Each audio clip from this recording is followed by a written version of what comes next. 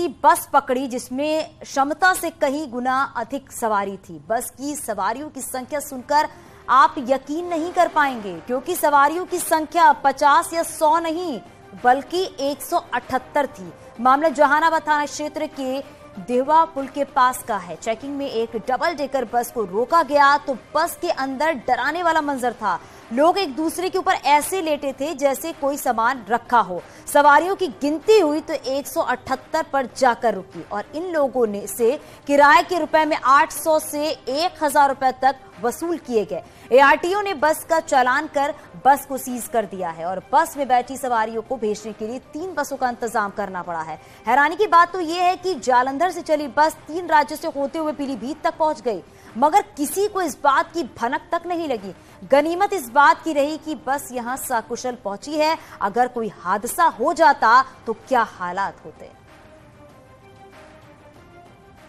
राजी चौराहा जो जनते वहां तक उतारी जाएगी, राजी चौराहा भगवानपुर के उस पार नहीं जाएगी।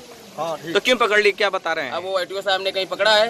अच्छा। अब हमें लोगों को ये नहीं पता कहाँ पे पकड़ा है, कैसे पकड़ा है।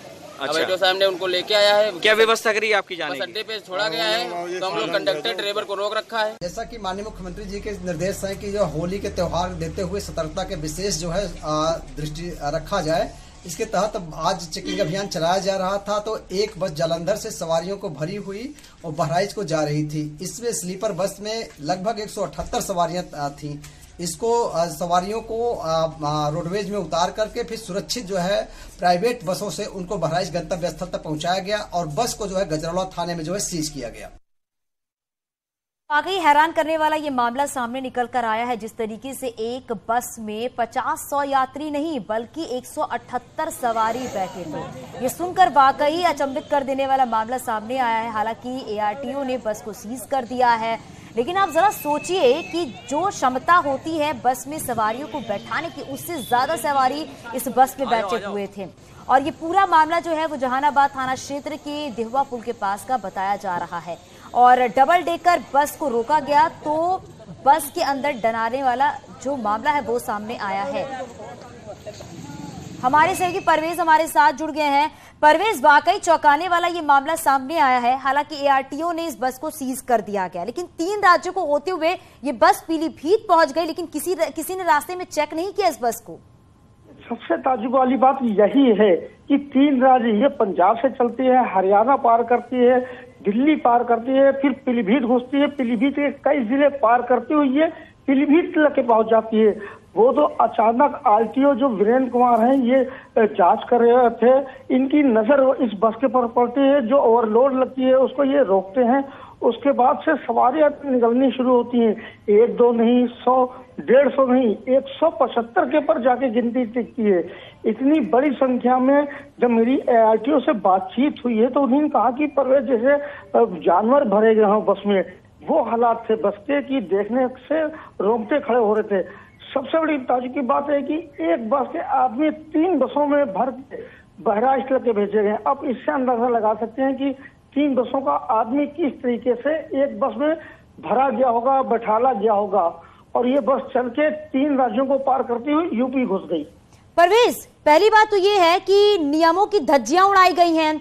दूसरी बात यह है कि 800 रुपए से लेकर 1000 रुपए तक किराया भी यहां पर वसूला गया है। मनमानी साफ तौर पर देखी गई है। ड्राइवर और कंडक्टर को भी बैठा लिया गया है। आगे किस तरीके से कार्रवाई होगी इस पे? बिल्कुल बिल्कुल, एआरटीओ से जब हमारी बातचीत हुई है उन्होंने कहा कि बस का चालान किया गया है, बस को सीज किया गया है, ड्राइवर कंडक्टर को रोक लिया गया है। ये पूरी साफ तौर के ऊपर उन्होंने बात बताई है। इसके ऊपर चालान होना चाहिए, इसके ऊपर सख्ती होनी चाहिए और यही नहीं, जितनी प्राइवेट बसें हैं जो डग्गा मार बसें कहलाती हैं, इसके ऊपर एक बड़ा अभियान चलना चाहिए। परवेज, ये भी बताइएगा, क्योंकि यहाँ पर साफ तौर पर जिस तरीके से 178 यात्री जो बस में सवार थे, अगर कोई हादसा होता, कुछ ऐसी अनहोनी होती तो कौन जिम्मेदार होता?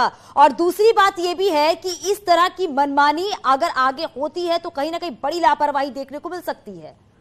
बिल्कुल बिल्कुल, आप सही कह रही हैं कि अगर कोई हादसा होता तो हादसा कहाँ लग जाता। ये तो रोंगटे खड़े कर देने वाला हादसा होता। 175 आदमी, अगर खुदा खासा इसमें किसी तरीके का भी कोई हादसा हो जाता तो बहुत बड़ी कैजुअलिटी होती और इसके लिए अधिकारियों से लेकर ये डग्गा मार और ये राज्य खुद जिम्मेदार होते जहां से ये बस निकल के आई है। बहुत शुक्रिया परवेज इस पूरी जानकारी के लिए।